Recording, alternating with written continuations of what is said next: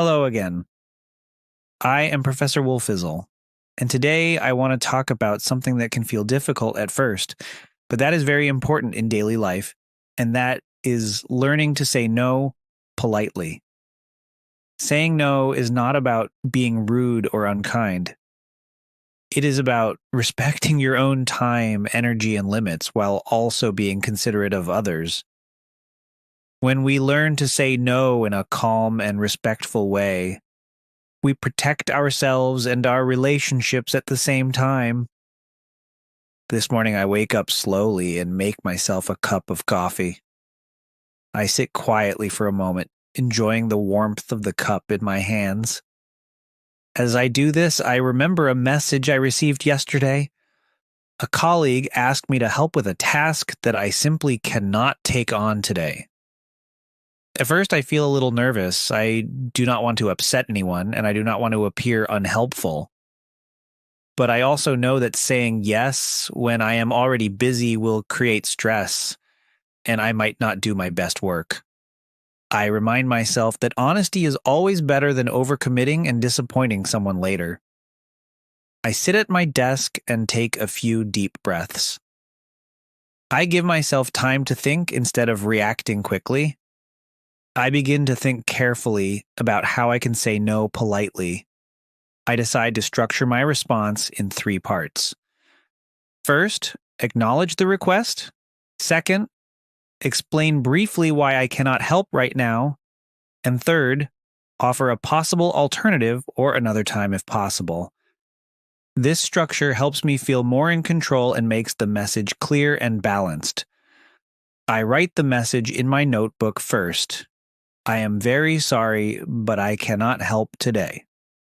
I have other tasks that I must complete. I hope I can help another time. I read it slowly, imagining how the colleague will feel when reading it.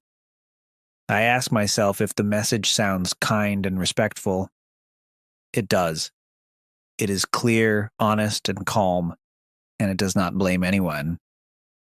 Before sending the message, I think about other situations in life where saying no politely is useful. I imagine a friend asking me to join a gathering when I feel tired and need rest. I imagine a family member asking for a favor when my schedule is already full. I realize that these moments happen often and that saying yes every time can slowly lead to exhaustion. Practicing polite refusals in my mind feels like a quiet kind of preparation. I noticed that thinking ahead, planning my words, and staying calm helps me feel more confident. I also notice that it becomes easier each time I practice. The words come more naturally, and the fear of upsetting someone becomes smaller. Finally, I send the message to my colleague. A few minutes later, I receive a reply. Thank you for letting me know. I understand completely. We can find another time. I feel a sense of relief and satisfaction. The situation is resolved without tension or misunderstanding. This reminds me that many people appreciate honesty, even when the answer is no. During the day, I think about small strategies for saying no politely in other situations. For example, adding a short reason or explanation can make the refusal feel less abrupt. Saying, I am sorry I cannot join today because I have other tasks, but maybe next week, feels much kinder than a simple no. Using words like sorry, I hope, maybe, or another time softens the refusal and shows respect. I practice these sentences quietly in my mind, repeating them until they feel comfortable. Later, I imagine another scenario. A friend invites me for coffee in the afternoon, but I know I need to rest and finish my work. I pause and remind myself that I'm allowed to say no without feeling guilty. I write a short mental script. Thank you for the invitation. I cannot come today because I need to rest, but I would love to meet another time. I imagine saying it calmly with a gentle tone and a smile.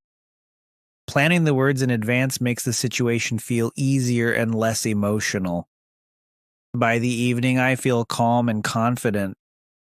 I reflect on what I have learned today.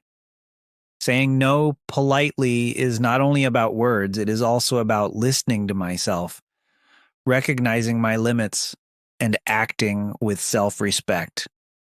I feel proud because I communicated clearly, maintained my boundaries, and avoided unnecessary stress. I see how this skill can improve not only my work life, but also my friendships and family relationships. Before going to bed, I sit quietly with a cup of tea and think about the day. I remember the small victories, the moments when I expressed myself calmly, and the situations I prepared for mentally. I notice how practicing polite refusals in English helps me improve my vocabulary, sentence structure, and confidence. I remind myself that learning a language is not only about memorizing words, but also about using them thoughtfully in real life situations. Thank you for listening. I am Professor Wolfizzle, and this was episode 29.